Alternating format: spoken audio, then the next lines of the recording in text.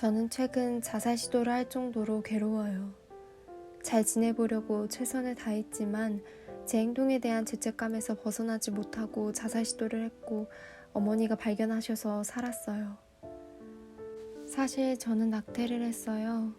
임신했다는 사실을 거의 4달 만에 알게 되었는데 1년에 3번 정도 생리를 할 정도로 생리불순이 심각했기 때문이에요. 저는 임신한 줄 모르고 취업 스트레스 때문에 술도 마시고 정신과를 다니면서 약물 치료를 받았어요. 이미 2달 동안 약을 먹은 상태였고 입덧인 줄도 모르고 소화제만 먹은 저에게 너무 큰 죄책감이 들었어요.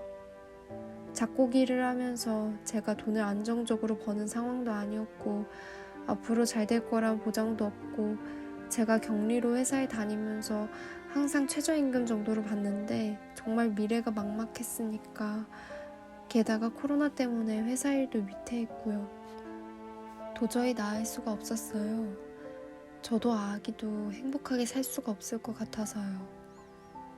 그렇게 수술을 하고 난 다음에 교회를 도저히 못 가겠는 거예요. 교회 친구들이 연락하고 물어보는데 그냥 피하기만 하게 돼요. 아무도 이런 일을 안 겪었을 것 같고 이해 못하지 않을까, 욕하지 않을까 두렵고요. 너무 죄인이라는 생각이 들었고 자다가 깨고 악몽을 자주 꿨어요. 교회는 못 나가겠고 해서 온라인으로만 예배를 드렸어요. 기도가 안 나오지만 한두 마디라도 해야 살 것 같아서요. 친한 교회 언니들한테 말해볼까 하다가 혹시라도 소문이 날까봐 아무에게도 말하지 못했어요. 저는 처음엔 남자친구한테도 숨기려 했어요. 버림받을까봐요.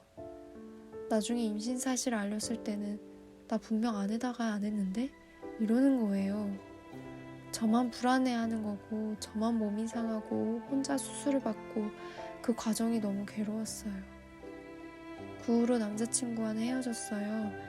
이런 과거가 있는 여자인데 또 연애를 할 수 있을지도 모르겠어요.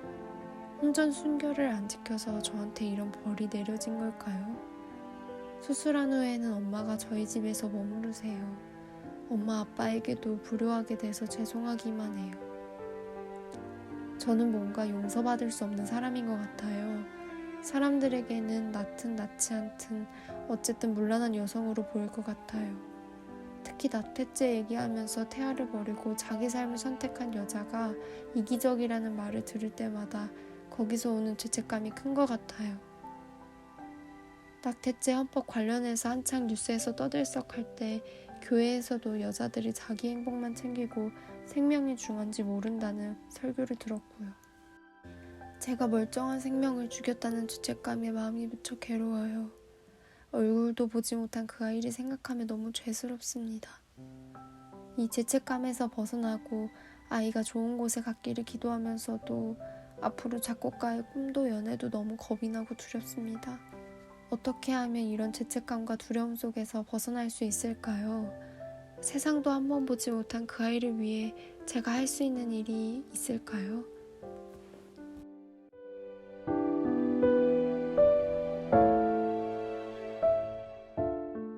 안녕하세요, 자매님. 자살할 정도로 힘든 마음을 가지고 이곳에 글을 남겨주셨군요. 자매님의 이야기를 읽으며 홀로 감당하셔야 했던 어려움들이 저에게도 느껴져 마음이 무척 무거웠습니다. 다른 말씀을 드리기 전에 혹 다시 자살하고 싶은 생각이나 깊은 우울과 죄책감으로 힘드실 경우 자살 예방 상담 전화로 바로 연락하시거나 상담 전문가들과 이야기를 나누시길 간곡히 부탁드립니다. 자매님께서 태어나지 못한 아기의 생명을 소중하게 생각하셔서 힘든 것은 너무 이해가 되지만 자매님 역시 부모님에게 그리고 하나님의 소중한 자녀이자 생명입니다.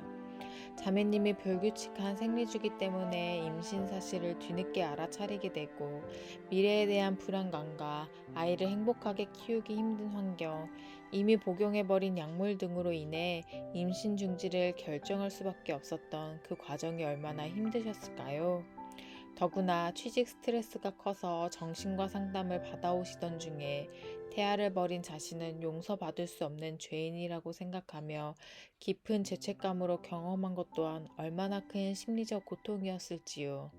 여성으로서 그리고 신앙인으로서 자매님이 느끼고 있을 심리적 고통감이 어느 정도인지를 생각하면 마음이 너무 아픕니다. 이 답글이 자매님의 죄책감과 힘든 마음들을 모두 덜어낼 수는 없겠지만 함께 그 짐을 지어가는 동행의 글이 되었으면 좋겠습니다. 자매님, 자매님께서 생각하시는 것처럼 무엇보다 소중한 것이 하나님이 주신 생명인 것은 틀림없는 사실입니다. 하지만 생명 자체에 대한 생각 이전에 생명이 생기게 되는 과정인 남녀의 성관계를 함께 생각해 보면 좋겠습니다. 이성 간의 성관계에서 남성이 여성보다 피임 결정권을 갖게 되는 불평등한 경향이 있고 남성에 비해 여성은 피임을 실천하기 어렵기도 합니다. 특히 자매님의 전 남자친구처럼 성관계 파트너가 책임을 회피하며 무책임한 태도를 보일 때면 여성들은 임신이든 낙태든 출산이든 혼자 그 어려운 과정을 겪으며 몸과 마음의 상처를 견뎌내야 하는 경우가 많습니다. 함께 성관계를 했음에도 불구하고 태아 생명에 대한 책임은 온전히 여성에게 있는 것처럼 인식되고 있는 것이 사회적 통념이고요.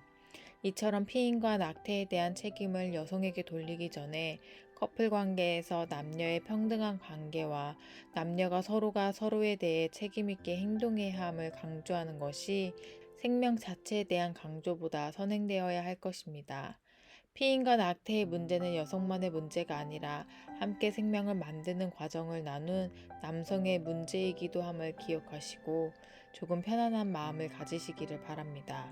그리고 자매님은 태아를 버리고 자신의 삶을 선택했다는 죄책감과 이런 행동은 이기적인 것이라고 비난하는 사람들로 인해 많이 힘들어 하시는 것 같습니다. 하지만 심한 생리불순으로 인해 임신 사실을 모르고 음주와 약물 복용으로 태아에게도 좋은 영향을 미치지 못했을 것이라는 생각과 아이를 행복하게 해줄 수 없는 상황들로 인해 자매님은 임신 중지를 선택한 것은 아닌지요. 이러한 선택은 많은 것을 고려한 피치 못할 행동을 하신 것이고 그 결정을 하는 과정에서 다른 사람들에게 차마 말로 다할 수 없는 고민으로 인해 기도하고 눈물로 지새운 날들이 많지 않았을까 짐작해 봅니다. 너무 힘든 시간을 홀로 견디어내신 용기에 격려와 지지를 보냅니다. 사실 사회에서는 태아와 여성의 관계를 태아의 생명권과 여성의 자기 결정권이라는 권리의 측면으로만 바라보려 하고 태아와 여성을 적대적 관계로 위치짓는 오류를 범하고 있어 많은 사람들이 비판 없이 그런 잘못된 생각을 받아들이고 있습니다. 하지만 태아와 여성은 개별적으로 분리할 수 있는 존재가 아니고 육체적, 심리적, 영적으로 연결되어 있는 관계적 존재이지요. 게다가 여성이 혼자 아이를 양육할 만한 환경이 마련되지 않는 사회에서 생명에 대한 책임을 여성에게만 지우는 것은 바람직하지 않습니다. 이에 더해 부모님의 소중한 딸이고 하나님께서 허락하신 소중한 생명인 자매님 스스로가 하나님의 사랑을 마음껏 누리시기를 바랍니다. 그리고 하나님의 사랑을 충분히 느끼면서 어느 정도 시간이 지나 자매님에게 또 다른 생명이 찾아왔을 때 그 생명을 누구보다 건강하고 아름답고 책임감 있게 맞이할 수 있도록 준비하는 것이 자매님이 지금 할 수 있는 생명 사랑의 길이 아닐까 생각합니다. 마음을 추스리시고 미래의 안정적인 생활을 위해 계획을 세워 차근차근 실천하면서 하나님의 허락하신 호흡으로 자매님의 미래를 향한 꿈과 새로운 만남을 기대하며 살아가시기를 축복합니다.